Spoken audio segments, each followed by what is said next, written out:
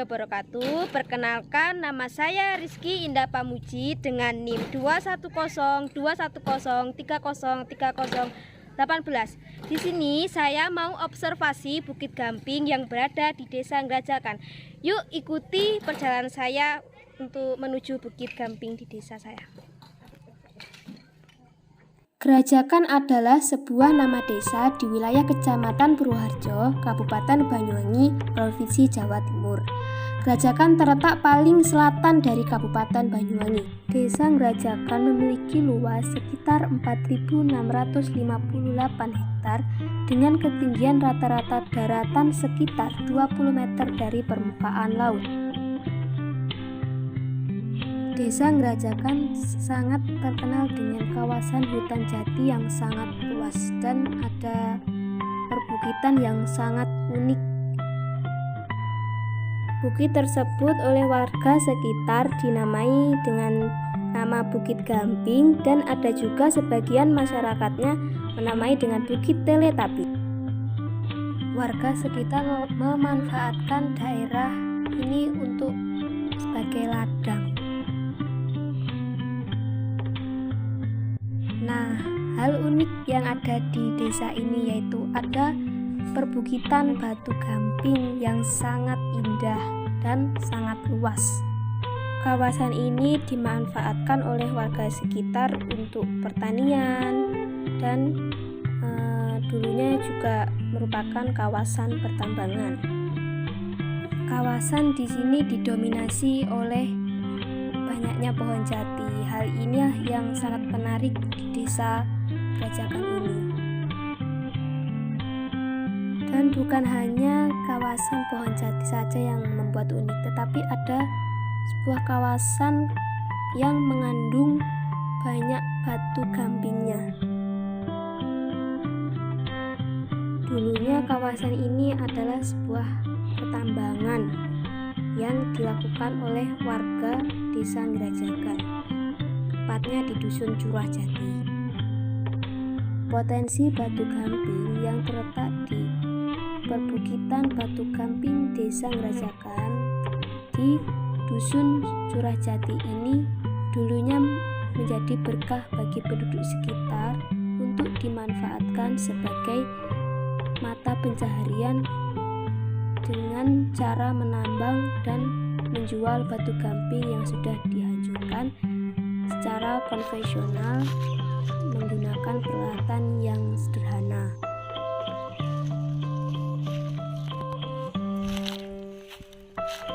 Terdapat cekungan yang sangat curam. Dulunya ini digali oleh warga sekitar.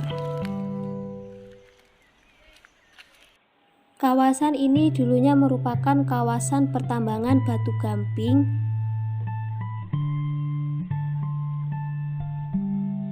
Area pertambangan di sini sangat luas sekali.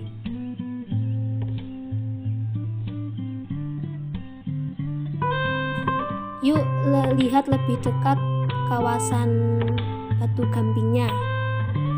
Terdapat banyak sekali kerusakan-kerusakan yang berada di kawasan ini. Dulunya yang bukitnya utuh, sekarang nampak bentuk morfologinya sudah berubah. Banyak sekali cekungan-cekungannya.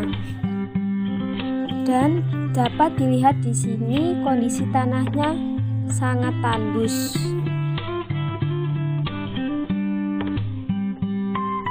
Dan hanya beberapa tumbuhan saja yang tak dapat tumbuh di kawasan ini. Kawasan ini juga dimanfaatkan warga sekitar untuk dicari rumputnya. Daerah Kars merupakan daerah yang berbukit-bukit dengan mayoritas jenis tanahnya berupa tanah lempung yang memiliki kedalaman tanah yang minim. Kondisi tersebut ditambah dengan bentuk topografi yang berbukit menyebabkan kemampuan lahan untuk pertanian sangat sedikit dan lahan sangat rawan terhadap ancaman proses erosi tanah. Permisi Pak, maaf mengganggu waktunya. Di sini saya mau mewawancara observasi tentang kondisi setelah batu gamping itu. Sebelumnya namanya Bapak siapa? Santono. Eh, sudah berapa tahun? Mengapa pertambangan batu gamping itu diberhentikan ya Pak? Ya karena kondisi lingkungan. Yang utama izin tidak turun. Terus yang kedua kondisi lingkungan AMDAL Indonesia dapat dengan terus terang kan belum. Ya itu intinya pokoknya ya izin nggak kuat. Terus bagaimana kendala warga sekitar setelah tambang batu gamping ditutup? Ya kalang kabut. Biasanya kerjaan berada di samping atau samping rumah, sekarang kalang kabut. Entah kerja apa, entah di sawah, cari rancek, kayu di hutan, terus pokoknya sembarang. Kalau kondisi tanah atau airnya apakah masih ada kerusakan Pak? Enggak ada. Cuma itu kendalanya izin sama terutama pasar gamping ini sudah turun, peminatnya kurang, banyak yang beralih ke semen. Bagaimana solusi atau upaya warga sekitar untuk memanfaatkan setelah tambang itu ditutup? Lahannya itu buat dibikin apa gitu? Kalau lahannya sih satu, yang sebelah barat itu barat itu punyanya desa. Kalau yang sebelah timur ini yang kosong-kosong itu punyanya koperasi. Sedangkan koperasi sendiri sudah tidak berkembang. Kalau yang di sana Pak, Gunung Gamping itu ya? Gunung Gamping itu kan miliknya Perhutani. Oh, milik Perhutani. Kita hanya sewa aja. Istilahnya tukar guling. Kita nyewa seberapa luasnya, nanti kita tukar guling di sana. Kalau sudah habis, ya sudah, kita kembalikan lagi ke Perhutani. Kita hanya sewa. Kita hanya mengambil bahan bakunya aja. Pak, tambang batu gamping ini tahun berapa ya Pak? Pada tahun berapa? Berdiri. Iya. Berapa? 668. Pada tahun 1968. Dan untuk pemberhentiannya sendiri pada tahun berapa Pak? Kalau nggak salah 2018. Berarti sudah bertahun-tahun ini Pak? Iya. Beralih profesi semua ini. Para penambang ini. Iya, para kalau di sini sih kalau di sini pembakar. Ya. Kalau yang di sana penambang. Berarti kalau antara penambang sama yang membakar itu beda Pak? Ya itu kan anggotanya koperasi juga sama. Semuanya anggota koperasi. Ini Pak. Iya. Bapak mengganggu waktunya. Di sini saya ada tugas dari kampus untuk melakukan observasi tentang daerah sini. Pertama-tama Bapak namanya siapa? Pak Prawito. Bapak apakah dulu mantan penambang sini? Kalau dulu saya bukan penambang, istilahnya waktu itu saya pernah jadi sekretaris koperasi. Lantas jadi penunggu di sinilah, izin keluar masuk batu, pengambilan dari gunung gitu.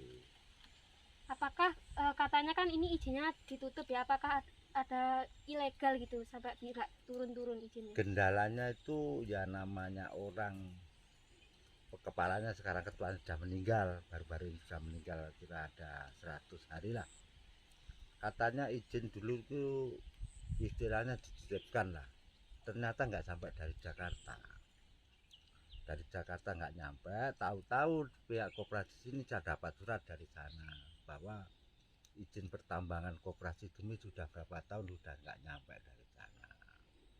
Lantas dari pihak pemerintah menutup, bukan salahnya pemerintah, salahnya pihak koperasi Gemi mengapa nggak mengurus sendiri, dititipkan pada orang-orang tertentu gitu waktu itu. Terus bagaimana kondisi para penambang yang saat ini? Untuk penambang untuk saat ini, karena penambang saat ini istilahnya kerjanya tanpa ikatan, jadi ya kerja macam mana lah tanpa ikatan dari koperasi. ada yang petani, ngingu ternak, ya pokoknya kerja apa yang penting dapat nafkah hari-hari gitu. Terkecuali pihak koperasi ada ikatan seperti di pabrik, ada istilahnya ada kerja honor lah gitulah. Kayak sini enggak gitu. Terus selanjutnya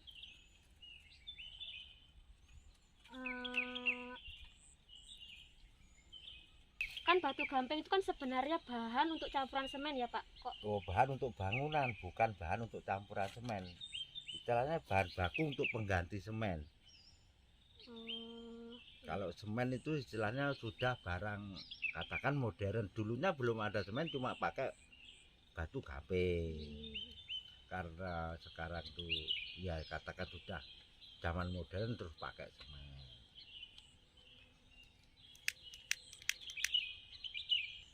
terus apakah solusi atau upaya untuk sekarang ini kan bekasnya tambang ini kan Pak? Iya. Upaya lahannya nih ya kosong ini buat bikin apa? Yo kalau lahan ini daripada terbengkalai jadi hutan kembali istilahnya ya. Karena itu koperasi berkaitan punya. Jadi dimanfaatkanlah dari orang-orang koperasi seperti orang 5 di sini. Jadi untuk ditanami jagung, untuk tanami palawija, sebatas orang tapi yang menanami. Daripada nggak ada kosong lah. Sebenarnya nggak layak ditanami semacam ini karena daripada kosong gitu aja. Untuk Dimanfaatkan gitu. siklus apa ya? Kayak airnya gitu loh Pak, apakah mengalami kesusahan gitu? Kan ini kan Kalau tandus. airnya itu menggantungkan dari air hujan, nggak ada pengairan irigasi, nggak ada. Jadi menggantungkan dari air hujan. Kalau nggak ada hujan ya nggak bisa tanam. Kalau ada hujan ya bisa tanam gitu. Baik Pak, terima kasih, maaf untuk waktunya. Pertambangan batu gamping diberhentikan, terus bagaimana dampak penutupan tambang batu gamping terhadap kondisi sini ya Pak? Kan ini sudah tandus. Terus bagaimana dampak positif dan negatifnya? Terus yang saya tanyakan itu yaitu dari pihak koperasi sama perhutani itu. Kalau pihak perhutani itu sebenarnya sudah nggak ada masalah. Itu pernah terjadi waktu itu penelitian, waktu nggak salah itu guide-nya orang Celuring. Saya tanya itu dari Perancis meneliti bahwa di sini itu ada semacam kulit kerang tapi di dalam batu. Entah terjadinya tahun berapa, saya sendiri kurang tahu, itu pernah. Itu adalah Karakteristik batu gamping di sini tuh sangat unik ya, karena di atasnya banyak sekali tumbuhan pohon jati. Selanjutnya yuk ikuti saya untuk pergi ke lokasi kedua, yaitu lokasi ini dulunya adalah sebagai tempat pembakaran batu gamping. Jadi untuk kawasan tambang sama kawasan pembakaran lokasinya memerlukan waktu beberapa menit dan lokasinya tidak jauh juga dari pertambangan. Dulunya daerah ini merupakan tempat pembakaran batu gamping. Setelah batu gamping diolah itu ditaruh sini untuk proses pembakaran. Selanjutnya untuk proses pengepulannya sendiri itu dikelola oleh pihak koperasi. Sekarang daerah ini sudah dialihfungsikan oleh warga sekitar.